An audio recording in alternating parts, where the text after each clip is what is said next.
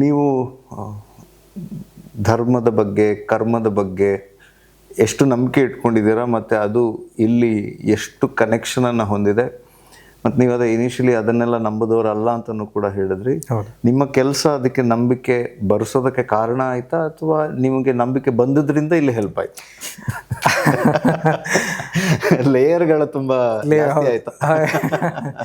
ಅದೇ, ನಾನು ಬಹುಶಃ ನನ್ನ ವೃತ್ತಿಗೆ ಬಂದು ನಾನೇನು ಕಲೀಲಿಕ್ಕೆ ಶುರು ಮಾಡಿದ್ನೋ ಅದರಿಂದಲೇ ನನಗೆ ಧರ್ಮ ಮತ್ತು ಧರ್ಮದ ಬಗ್ಗೆ ಆದರೂ ನನಗೆ ಮುಂಚಿಂದಲೂ ನಾನು ಬಲವಾಗಿ ನಂಬಿದವನು. ನಾವು ಧರ್ಮ ಮಾರ್ಗದಲ್ಲಿ ನಡಿಬೇಕು.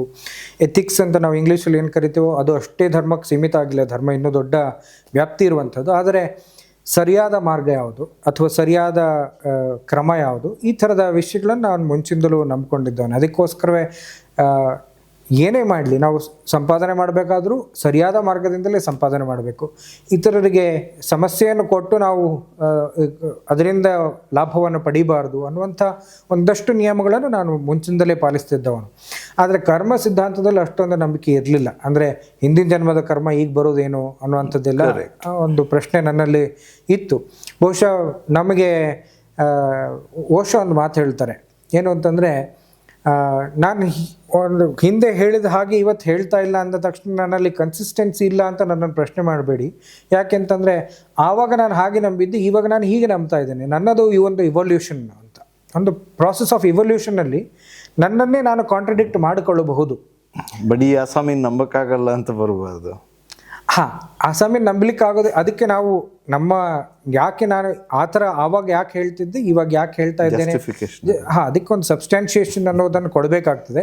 ಸುಮ್ಮನೆ ನಾನು ಬೇಕಾದ ರೀತಿಯಲ್ಲಿ ಮಾತಾಡೋದು ಅಂತಲ್ಲ. ಅದಕ್ಕೊಂದು ಅದೇ ಎಸ್ಕೇಪಿಸಮ್ ಅಂತ ಅದನ್ನು ಬಳಸ್ಕೊಳ್ಬಾರ್ದು. ಬಟ್ ನಾನೇ ಬಲವಾಗಿ ನಂಬಿದ್ದಂಥ ಒಂದು ಬಿಲೀಫ್ ಸಿಸ್ಟಮ್ ನಾನು ಈಗ ಕಾಂಟ್ರಡಿಕ್ಟ್ ಮಾಡ್ತಾ ಇದ್ದೇನೆ ಅಂತಂದರೆ, ಯಾಕೆ ಕಾಂಟ್ರಡಿಕ್ಟ್ ಮಾಡ್ತಾ ಇದ್ದೇನೆ ಮತ್ತು ಅದಕ್ಕೆ ಕಾಂಟ್ರಡಿಕ್ಟ್ ಮಾಡೋದಕ್ಕೆ ನನಗೆ ಆದಂಥ ಅನುಭವಗಳು ಅಥವಾ ನಾನೇನು ಕಲ್ತಿದ್ದೇನೆ ಅನ್ನೋದಕ್ಕೆ ನಾವು ಅದಕ್ಕೆ ಸಮರ್ಥನೆಯನ್ನು ಕೊಡಬೇಕಾಗ್ತದೆ.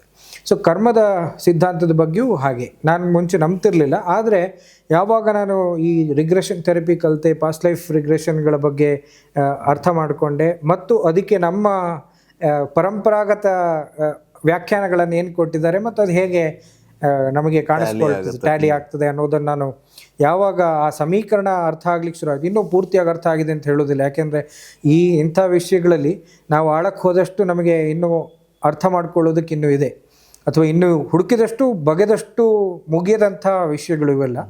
ಹಾಗಾಗಿ ಬಗೆದು ಸಿಗ್ತವೆ. ಹಾಗಾಗಿ ನನಗೆ ಈಗ ಅರ್ಥ ಆದ ಆಧಾರದಲ್ಲಿ ಹೇಳೋದಾದರೆ, ಈ ಧರ್ಮ ಮಾರ್ಗದಲ್ಲಿ ನಡೆದವರಿಗೆ ಈಗ ಇದನ್ನು ಎಷ್ಟೋ ಜನ ನನ್ನ ಕ್ಲೈಂಟ್ಗಳು ಕೇಳಿದ್ದಾರೆ.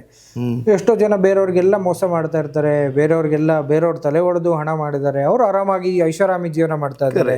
ನಾವು ಸರಿಯಾದ ಮಾರ್ಗದಲ್ಲಿ ನಡೆಯೋರಿಗೆ ನಮಗೆ ಯಾಕೆ ಇಷ್ಟಿಲ್ಲ ಕಷ್ಟ ಅಂತ. ಅದಕ್ಕೆ ಈ ಪ್ರಶ್ನೆಗಳನ್ನು ನಾನು ಬೇರೆ ನನ್ನ ಗುರುಗಳ ಹತ್ರ ಕೇಳಿ ನನಗೆ ಉತ್ತರಗಳನ್ನು ಪಡ್ಕೊಂಡಿದ್ದೀನಿ. ಯಾಕೆಂದರೆ ಎಲ್ಲದಕ್ಕೂ ನನ್ನ ಹತ್ರ ಉತ್ತರ ಇಲ್ಲ. ಆವಾಗ ಅವ್ರು ಏನು ಹೇಳಿದ್ರು ಅಂದರೆ, ಕರ್ಮದ ಫಲಗಳು ಎಷ್ಟೋ ಸತಿ ಈ ಜನ್ಮದಲ್ಲ ಮುಂದಿನ ಜನ್ಮದಲ್ಲಿ ಕಾಣಿಸ್ಕೊಳ್ಳುವಂಥದ್ದು, ಅಥವಾ ಈ ಜನ್ಮದ ಕಡೆಗಾಗುವಾಗ ಕಾಣಿಸ್ಕೊಳ್ಬೋದು. ಈಗ ಐಷಾರಾಮಿ ಜೀವನ ಇರ್ಬೋದು, ಆದರೆ ಕೊನೆಗಾಗುವಾಗ ಯಾವ ರೀತಿಯಾದಂಥ ಕಾಯಿಲೆಗಳು ಬರುವಂಥದ್ದು, ಸಂಕಷ್ಟಗಳು ಬರುವಂಥದ್ದು, ಅದು ಅವರ ಕರ್ಮದ ಫಲವನ್ನು ತೋರಿಸ್ತದೆ ಅಂತ.